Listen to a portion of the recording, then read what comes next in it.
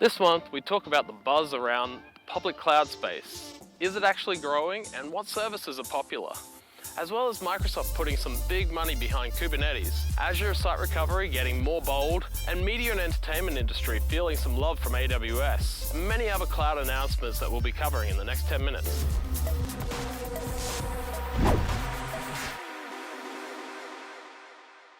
Hi, I'm Matt Carolyn, and welcome to this month's episode of Puck Online, bringing you the hot topics of the latest news for the month in the public cloud space. Today we are here in Burnaby on a cloudy but still awesome sunny weekend. Lots of news to cover this month, so I better get into it because there's a lot to cover.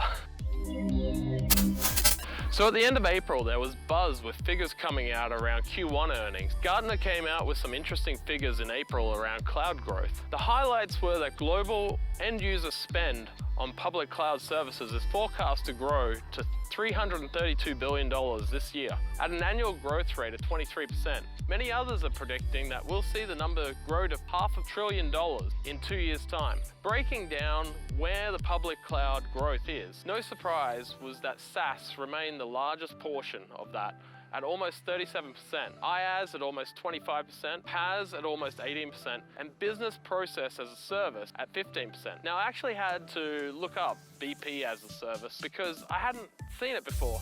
So Gartner defines Business Process as a Service, BPaaS, as delivery of business processes outsourcing services that are sourced from the cloud and constructed in multi-tenancy. Services are often automated, and where human processes are required, there is no overtly dedicated labor pool per client. The pricing models are consumption-based or subscription-based commercial terms, as a cloud service, and BPaaS models is accessed by internet-based technologies. Also, they revealed that they see desktop as a service seeing the largest growth in 2021, which shouldn't be a surprise due to the work-at-home requirements these days, at almost 68% year-on-year growth, keeping in mind that last year already saw massive growth in this area too. And if we look at the three main players, Microsoft, AWS, and GCP, for cloud growth in Q1 of 2021, on April 27th, Microsoft reported $17.7 billion in commercial cloud revenue, up 33% year over year. Google reported $4 billion in cloud operations revenue, up by 46% compared to Q1 last year. And on April 29th, AWS reported $13.5 billion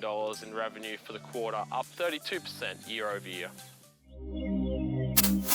And in Microsoft news, as we were talking about earlier, Microsoft Cloud earnings are moving in the right direction, and they actually beat analysts' expectations for their Q3 earnings results. However, their share price was actually down after revealing their earnings to the market, as it seems the market was hoping that they would beat those projections by a large blowout like Google did. End of June, we'll see Microsoft's end of financial year, so we'll see what the market thinks of them then.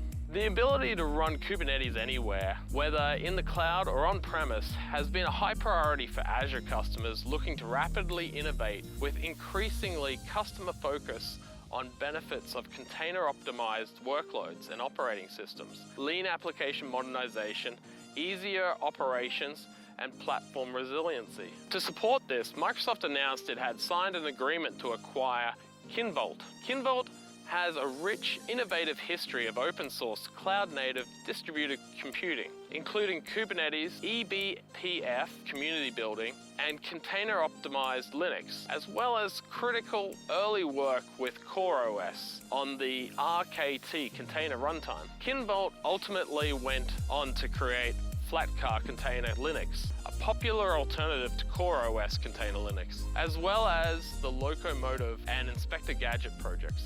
Azure Site Recovery saw a slew of new features released at the end of April, including support for Azure Policy, support for cross-continental disaster recovery for 3 region pairs, and support for proximity placement groups across hybrid as well as cloud disaster recovery scenarios. These 3 new features will allow you to automatically have ASR applied to VMs and extend the distance between disaster sites on-premise, in other data centers, or in Azure. Azure Web PubSub service, now in public preview, is a fully managed service that enables developers to build large-scale, real-time messaging with WebSockets and publish, subscribe in web applications. Web PubSub offers built-in support for large-scale client connections and highly available architectures, removing the need to manage any back-end infrastructure for WebSocket server implementations. And Azure Sphere version 21.04 went GA at the end of April, with the update applying to Sphere OS, Sphere SDK for Windows and Linux, Sphere extensions for Visual Studio and Visual Studio Core, as well as new and updated samples. If you're not familiar with Azure Sphere,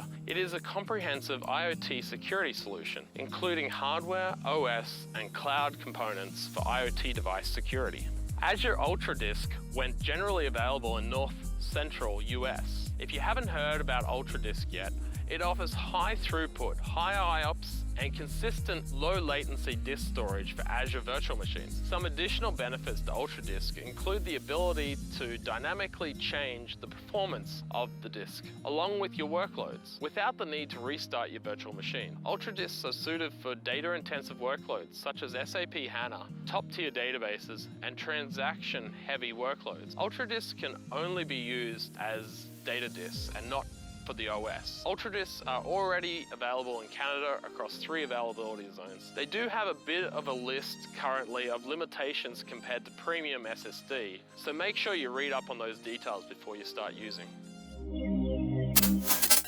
And in AWS news, IAM Access Analyzer has been around for a while to see last actions on S3, but now it has been expanded to cover EC2, Lambda, and IAM. You get to see the management actions last performed on these services in the last 400 days. You can find this in the console, the CLI, or by the API call. And AWS has some exciting news at the end of April for those in the media and entertainment industry.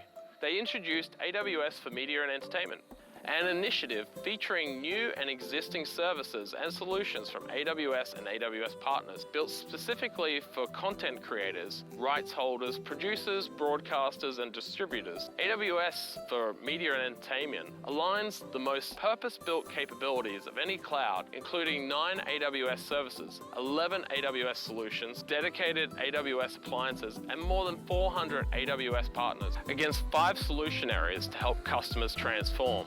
And they were content production, media supply chain and archive, broadcast, direct-to-consumer and streaming, and data science and analytics. It also adds the newly announced Amazon Nimble Studio, a service that enables customers to set up creative studios in hours instead of weeks to an AWS portfolio of industry-specific media and entertainment services. Nimble Studio is a managed service that empowers creative studios to produce visual effects, animation, and interactive content entirely in the cloud, from storyboard sketches to final deliverable. With Nimble Studio, artists can accelerate digital content creation with virtual workstations, high-speed storage, and scalable rendering across AWS global infrastructure footprint.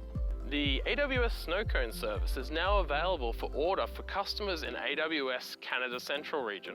AWS Snowcone is the smallest member of the AWS Snow family of edge computing, edge storage, and data transfer devices. Snowcone is portable, rugged, and secure, small and light enough to fit in a backpack, and able to withstand harsh environments. If you're not familiar with Snowcone, you can use it to deploy applications at the edge and collect data, process it locally, and move it to AWS either offline by shipping the device to AWS or online using AWS Data Sync on Snowcone, send data to AWS over the network.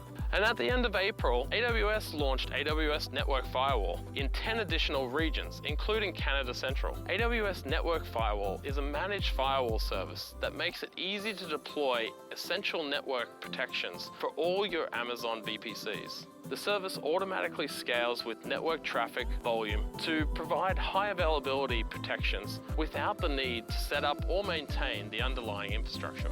And AWS launched AWS Blueprints, which is part of their AWS Solutions implementations portfolio. AWS Blueprints helps AWS distributors and AWS solution providers deploy, manage, and monitor solutions for their small and medium businesses in the AWS cloud. The solution deploys repeatable, scalable AWS service catalog portfolios, including a mix of AWS services and third-party applications.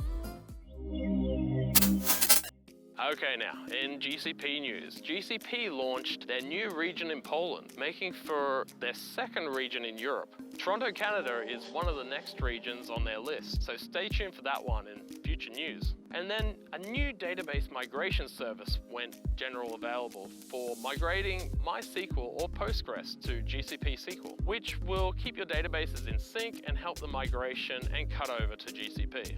And you can now write cloud functions in PHP. I know people cringe these days at PHP, but it does open the door for a lot of people at that beginner level to start playing with cloud functions and get into the world of serverless. And to speed up GKE, GCP launched multi-instance GPUs in GKE. Now you can partition a single NVIDIA A100 GPU into up to 7 instances that each have their own high bandwidth memory, cache, and compute cores. Each instance can be allocated to one container for a maximum of 7 containers per one NVIDIA A100 GPU.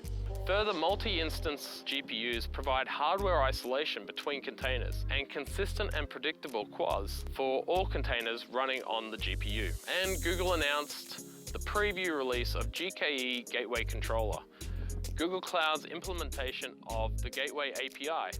Over a year in the making, the GKE Gateway Controller manages internal and external HTTP and HTTPS load balancing for a GKE cluster or a fleet of GKE clusters. The Gateway API provides multi-tenant sharing of load balancer infrastructure and centralized admin policy and control.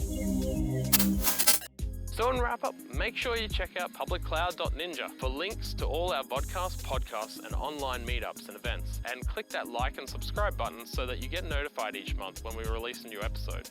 Our next episode will be in 4 weeks' time. And make sure if you're in the Azure cloud space, you check out our recap of Azure Storage Days event, which Microsoft held a few days ago. Till next time, stay safe and keep challenging yourself.